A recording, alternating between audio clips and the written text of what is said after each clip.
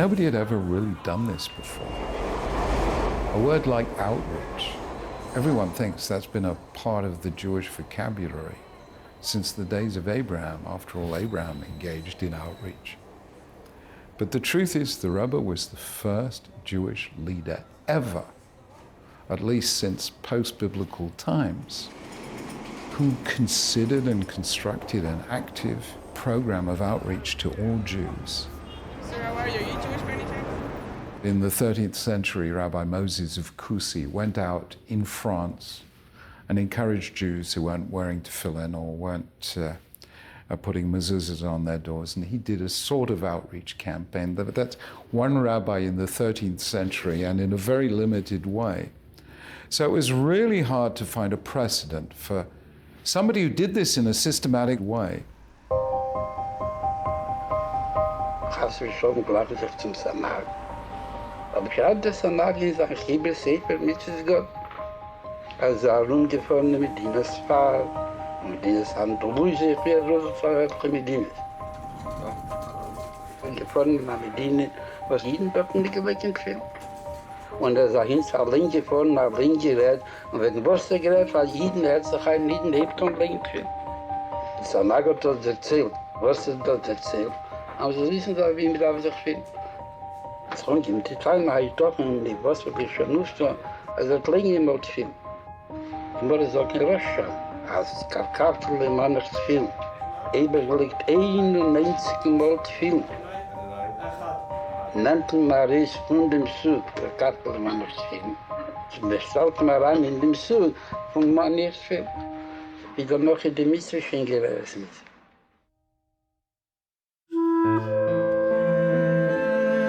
The Israel Defense Forces have taken necessary steps to meet all eventualities.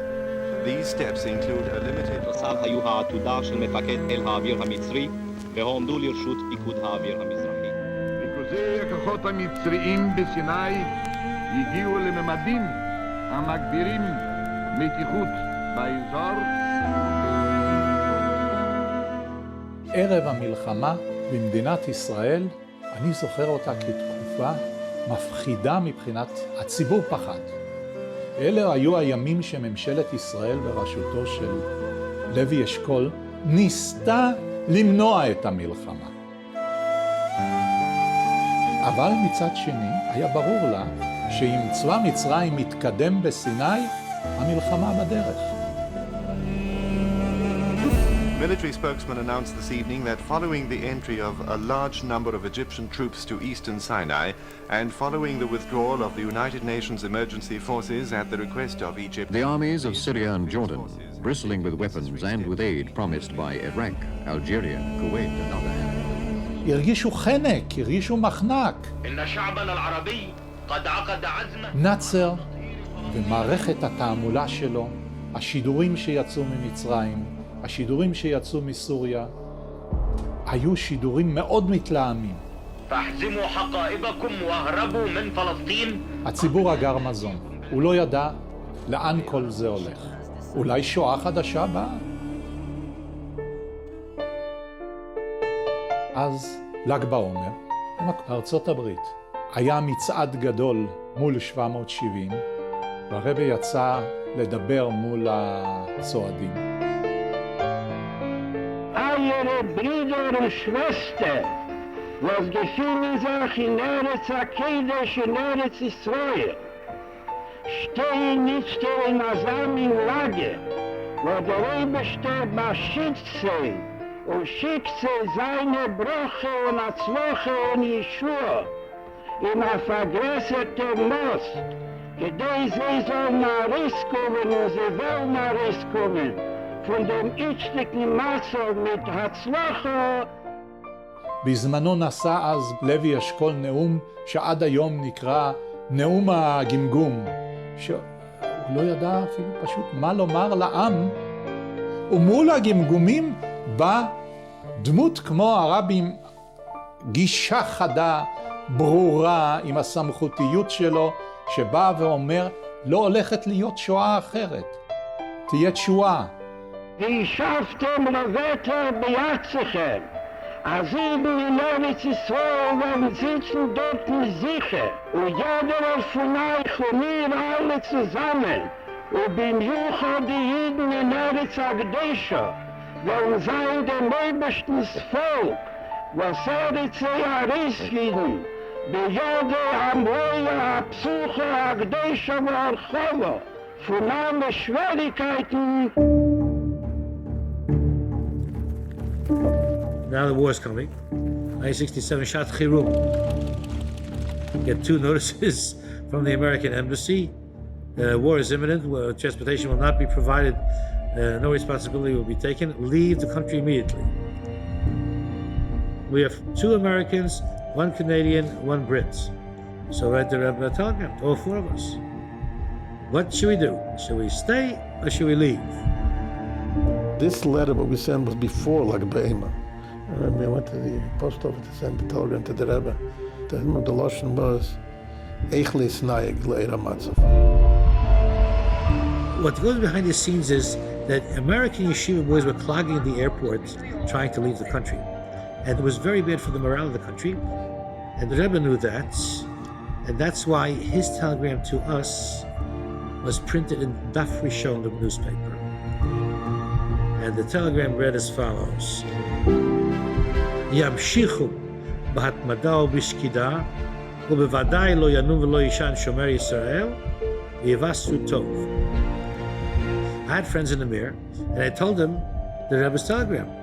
So they asked him, Chaim Shmulevitz in the Mir, should we stay or should we go? He said, that's not a question for me. I'm not taking responsibility for your lives. And they said, our friend in Chabad, the Chabadski Rebbe took responsibility for him. He said, don't move. He said, the Lubavitcher Rebbe had break the places. He just took responsibility for thousands of lives. The yeshiva was about 200 feet from the border. Across the street, there was the barbed wire from Jordan. So the government asked if we can help for the war effort. They asked if we should go and help make trenches next to the border. A lot of trucks came with sand. They dumped it on the corners of the streets. So everybody can go and fill up the sacks with sand, put it on the windows. So when the bombs fall, the shrapnel shouldn't break the glass and go into the houses. After the yeshiva, there was one more building. It was Mastarad HaChinuch, a very big, strong building over there. And they shared a backyard with the yeshiva. And in that backyard, the soldiers set up mortars to shoot across the border. So they were there a few days before the war started. They were setting up the things with the bombs and everything to get ready.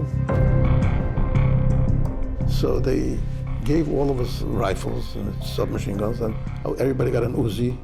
They taught us how to take it apart and put it together. If they break through, you just stand by the window and you just shoot anything that moves outside. Just keep raking the street with the bullets.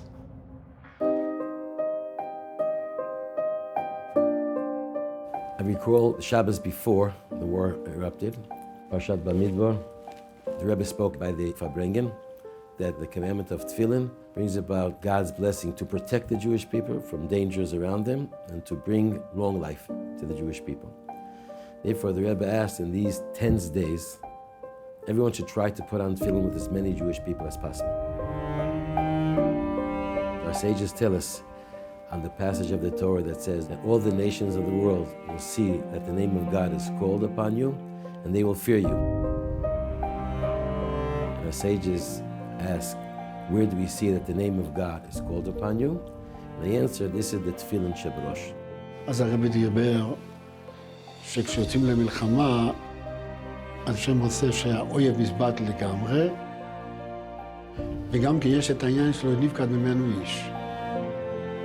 אחד הדברים המסוגלים מאוד לדבר הזה, אז יש את העניין של תפילין. אז הרב ביקש שיניחו עם חיילים תפילין, שזה יהיה ההגנה על חייהם, ההגנה על שמירה. ורו כולם ואורז כי שם השם נקרא לך, המזאת das geht idische Zoll, wo sehr Anführer ist an die Shem Elekea Zwois. Is hat dämmelt wie Jorum im Mekka, da schreckt man sich vor sie. ונוסו מפניך בשבע דרוכים מן פלייפט פרזה. Der Satsche keneged der Zed, is hot a viele vasiuli chose, is maslayu chose. Der Zed es aber sein Mazel שבשמיים, und schluckt sich nicht und anplebt. אז כמובן שכל אחד עשה ככל יכולתו, זה לא היה מאורגן, אלא כל אחד מצא תפילין, לא ידענו על המבצע הזה בכלל, ולפני כן לא היה דבר כזה. Right after Shabbat, the words of the Rebbe were spread throughout the whole world. But from Sunday morning on, Chabad Hasidim around the world began the Tefillin campaign.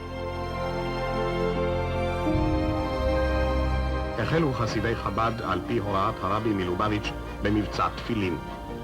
הם יצאו לרחובות לשכנע את העוברים ושבים להניח תפילין כדי להציל את העם ולהטיל אימה על אויבינו.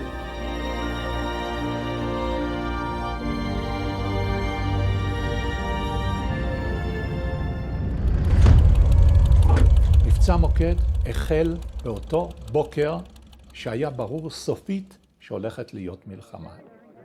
מתכנסת הממשלה ובעצם מקדמת את פני הרעה.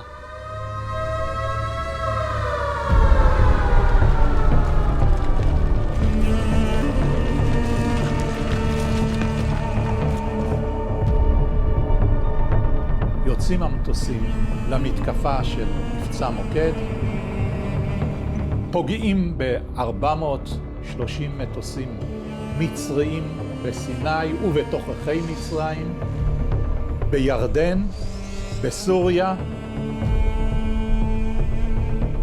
אחרי המתקפה הזאת שנמשכה שעה ו-35 דקות, חילות האוויר של הערבים לא קיימים ומתחילה המערכה. הירדנים מפגיזים את ירושלים. On Monday morning, when the Jordanians started bombing, the soldiers that were in the Chutzah, so their commander or their head, whatever, was a guy named Yossi, was a locksmith from Tel Aviv. Told him about the vacation, went on tefillin, okay. So his mask was put on tefillin. So I remember he was saying Krishma or Shmainas, whatever he was davening. So all the bombs started flying. The guy didn't budge. He's wearing tefillin in the middle of davening. Let the bombs fly, he's davening. כבר במהלך המערכה ראינו את מבצעי ההנחת התפילין. ברקה וולף אמר לי, נוסעים לסיני, אתה בא? אני נסעתי כי רציתי עוד אולי כתבה מפה, כתבה משם. נסענו לכל מיני מקומות. טנדר מרופט, שאני לא יודע מאיפה נלקח, כן אישורים, לא אישורים. נסענו. פתאום רואים חייל עומד מחכה לטרמפ. הנחת בוקר תפילין? לא. הניחו לו תפילין. תמשיך בהצלחה בדרך. זה יהיה מתנדגו, בשם ההוואי לכנו נדגה, בטור מביסה גוון אונגשריל מיקה מיכה בכלים. הוואי, geht מנחת משם הוואי, zusammen wie das ist, נקרא לך durch הנוחס תפיל, למעלה שליחוסם הקדשה להגונו, על ביטוחן von ארץ הקדש וביטוחן von Gei Kodesh, was gefindt sich in Eretz HaKedim.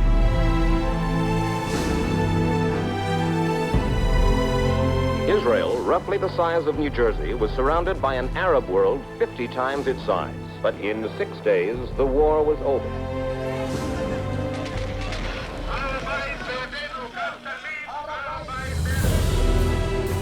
It's the first time in 19 years that Jews have been allowed to visit and pray at the site of the sacred Wailing Wall. הפחד החליף את מקומו לתחושה של שמחה והרגשת תחושת נס גדול והצלה.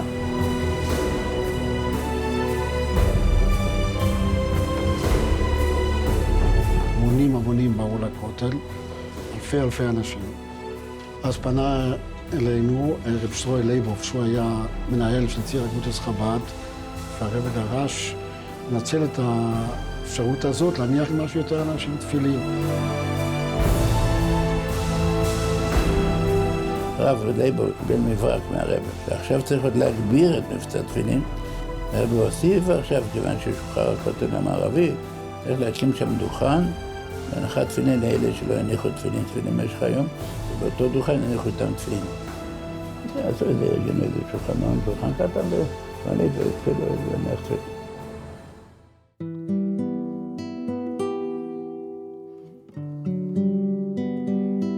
Today they've made a tour to Jerusalem, and our free stop was at a Wailing Wall.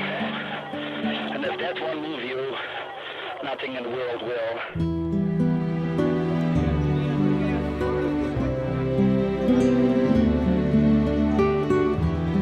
Schaß mit tut a jinische Teil mit Zwisel, darf wir wissen sein, dass er nebige sagt.